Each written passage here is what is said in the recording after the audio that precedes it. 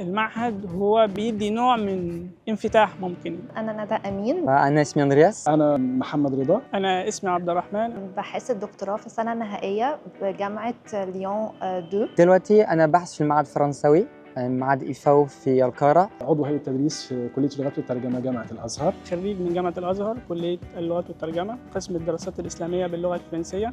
بشتغل على الجندر أو قضايا النوع الاجتماعي والتغيرات السياسية في مصر من سنة 2011 ل 2023. بشتغل على فكرة إزاي بعض الأنظمة والفاعلين السياسيين بيستخدموا قضايا النوع الاجتماعي والجندر كأداة سياسية. كل أسبوع كنا عندي ميعاد مع المدير المعهد، تكلمنا عن كتب كتير عن موضوعات مختلفين تماما. مثلا كان في كتب عن ابن عربي، كان في كتب عن كاتب مصري اسمه ماجد ميخائيل، وعن الصوفية مثلا. كل الأسبوع لازم تكلمنا ساعة عن الكتب دول. قبل كده ما كنتش عارف كتير عن الإسلامولوجي، كان في النهاية السنة دي كان عندي على الأقل شوية أفكار عموما عن الموضوع ده. الباحث بالأساس هو مفكر، افترض أن يكون الباحث مهنة، يعني الباحث ليس مهنة، وفي الحالة بتاعتي هو مفكر لكي يقود هذا التفكير إلى التفلسف. لذلك الباحث من حقه أنه يطلع على كل الموارد. ممكن تكون مثلا المصادر دي عبارة عن فيديوز، عبارة عن سي دي، عبارة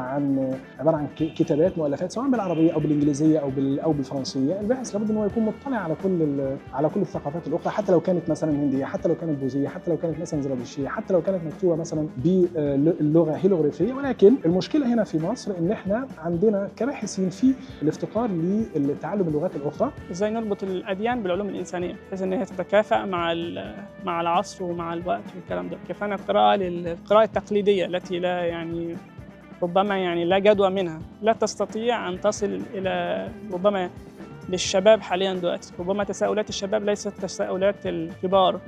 الحاجة التانية اللي أنا بشوفها نوعية مثلا تساؤلات في الدورة، مثلا زي النقد التاريخي. ربما القراءة التاريخية كانت تساعدنا في فهم حاجات كتيرة جدا. مهم ان انا يكون عندي القواعد الاساسيه، حتى لو لست متخصصه في العلوم الاسلاميه او في الدراسات الاسلاميه، ولكن يكون عندي القاعده اللي تخليني ان انا اقدر افهم النصوص القانونيه ديت واقدر احللها.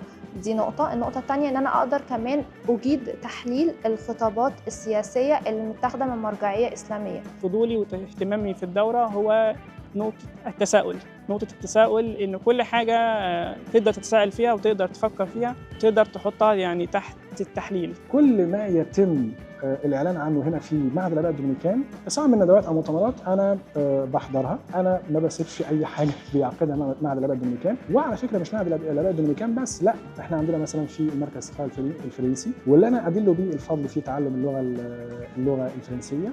بالحقيقة ما فيش كتب كتير عن الموضوع ده، مش عارف ليه، لكن ما فيش كتب كتير عن مصر، يعني القاهرة زمان المماليكي. في النهاية الزمن ده ما فيش كتير. العلماء مش عايزين ممكن يدرسوا كده، ممكن عشان معظم العقود الوثائق من زمان ده ما عندناش الاكسس عن كل دول. إلهامي الأول كان دكتور درس لي مادة حقوق المرأة في الإسلام في جامعة سيونس بو، مركز الدراسات السياسية في جرينوبل. هو كان يعني قاضي ودرس لنا مادة حقوق المرأة في الإسلام.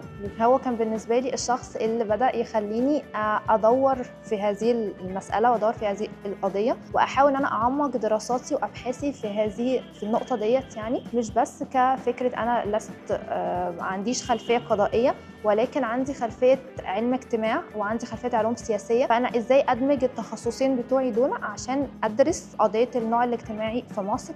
أعتقد المعهد هو بيكون نقطة، المعهد اللي أنا شايفه إنه هو بيدي نوع من هو الانفتاح. ممكن انفتاح. أنا أقدر أقول إن أنا ممتن جدا إن أنا فهمت مدى أهمية إن أنا أسمع الآخر، وأحياناً أنا أتقبل وجهات نظر تانية مش لازم تكون وجهة نظري، لأن أنا أعيش بمفهوم إن أنا الصح والغلط.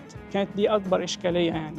لكن المعهد هو اللي بيوفره لينا هي نقطة تلاقي، نقطة إن كل رأي يعني يحترم ممكن يدين نوعا ما من المصداقيه كمان. انا بقول ان السفاره الفرنسيه بتقرب مننا، يعني بتقرب مننا كتير جدا بالنسبه لنا كباحثين، ان هي مثلا بتدعونا لحضور ندوات كتير، ان هي مثلا بتعمل مثلا ندوات ومؤتمرات في المركز الثقافي الفرنسي، او مثلا في الإي FAO بتتعلق مثلا بالمصريين، او بتتعلق مثلا بالدراسات الدينيه، او بتتعلق مثلا بالدراسات الحضاريه والاجتماعيه. اعتقد ان ده نشاط مهم بتعمله السفاره الفرنسيه، واعتقد ان دور السفاره الفرنسيه هنا في مصر مهم جدا، سواء في تعميق اللغه الفرنسيه بحيث ان الكل يتكلم لغه فرنسيه، او سواء كمان في خدمه الباحثين ان هم يسافروا برا، ان هم يتعلموا عن موضوع الامن مثلا، والناس بيحبوا بيتكلم عادي معك من غير حدود، يعني بسرعه الناس بيتكلم زي انت صاحبك من زمان الممالك.